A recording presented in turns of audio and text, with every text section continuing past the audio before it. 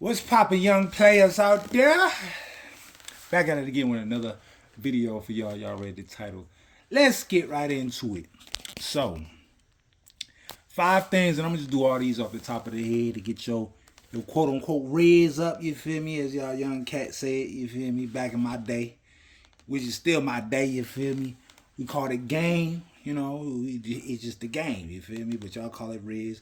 How to Rizz a female up, how to game a female up.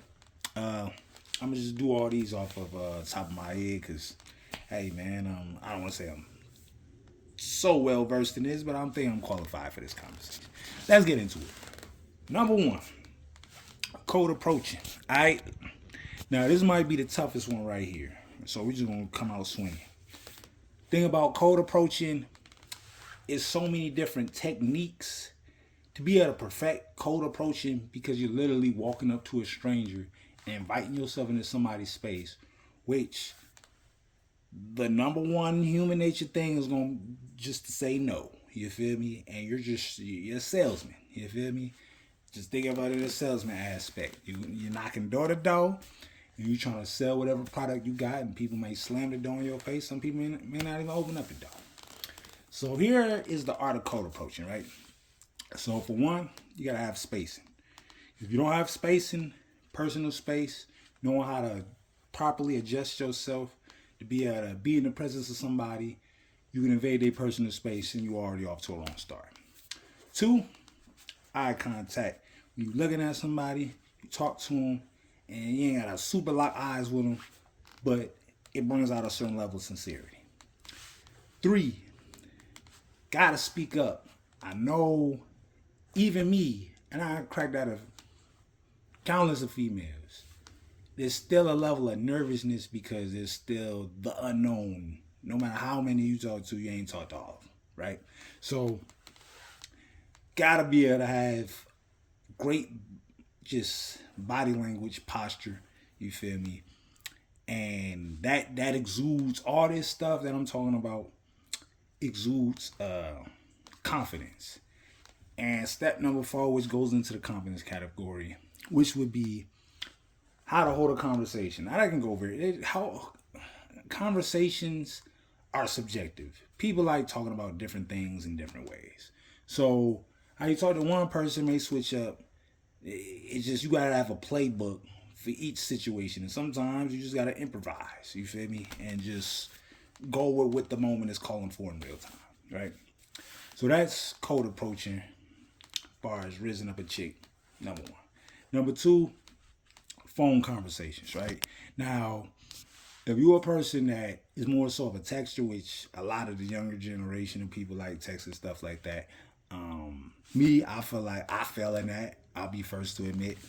But phone conversation is the next thing to talking to a person in person, is because there's a lot more variables. You feel me? Through texting, a lot of things could get misconstrued, taken out of context, especially if you don't have the delivery. That's why emojis sometimes kind of send a direction of what you're trying to land your context, or what kind of messaging you're trying to relay and all that. But over the phone, being able to hold a conversation over the phone, you just have to go on an adventure of every different category and aspect. Now, you ain't gotta give each other y'all both autobiographies, but you definitely want to get a gist of who you're talking to, vetting them out, see if they right for you, and seeing if you right for them. You feel me? So that's the whole purpose of even having a conversation. I mean, I know some people just like to talk just because, but being able to hold a phone conversation does, strengthen the connection and stuff like that, right? So number 3 would be attire, right? Attire, appearance, your style. This may be subjective. It is subjective as well, because people are drawn to different kinds of things, and it's not a one size fits all kind of situation. But you do want to have a image that a female can see herself complimentary towards. So if you dress in a certain way, first thing a woman gonna look outside of if it's attractive is, do I fit in this picture, right? And how you present yourself is how you advertise yourself non-verbally. So that's number 3, having the right attire. Number 4, you feel me?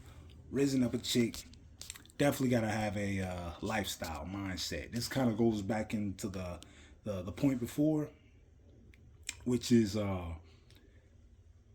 you're aesthetically, and now people say, oh, looks don't matter. It matters to a certain extent. Like I said, it's subjective, so people quantify it differently, but it does play a factor when a person is seeing outside of what you have between you and that person, or that person and you, who you interact with, how you interact with them, what is your lifestyle, what is your big picture, what is all the details entail inside your life. You feel me? When a woman sees a person that's especially ambitious and motivated and always working towards their goals and stuff like that, it puts them in a position where they feel like they could either fall back, you feel me, or play the background. And not really play the background, but play a part of your story, you feel me? So that's very important, only due to the fact that, you know, you want to have a sense of self-identity, because if you ain't got that recognition within yourself, then it's hard to identify how a person also identifies with you. You feel me? So lifestyle, definitely important. And these are all the indirect things, the, you know, raise up a chick, impress a chick or whatever. And let me think about this last one. This last one would have to be definitely, the last one would definitely have to be, your go-to, right? So you have to know what your go-to is. A lot of people got a different go-tos. Some people got variations of go-tos. And what I mean by that is, like, what is your best quality? Is your personality? Are you humorous? Do you dress well? Do you know how to, you know, magnify your appearance? Are you very personable? Like, what kind of intangibles or attributes do you have that's at your best that draws people to you the best?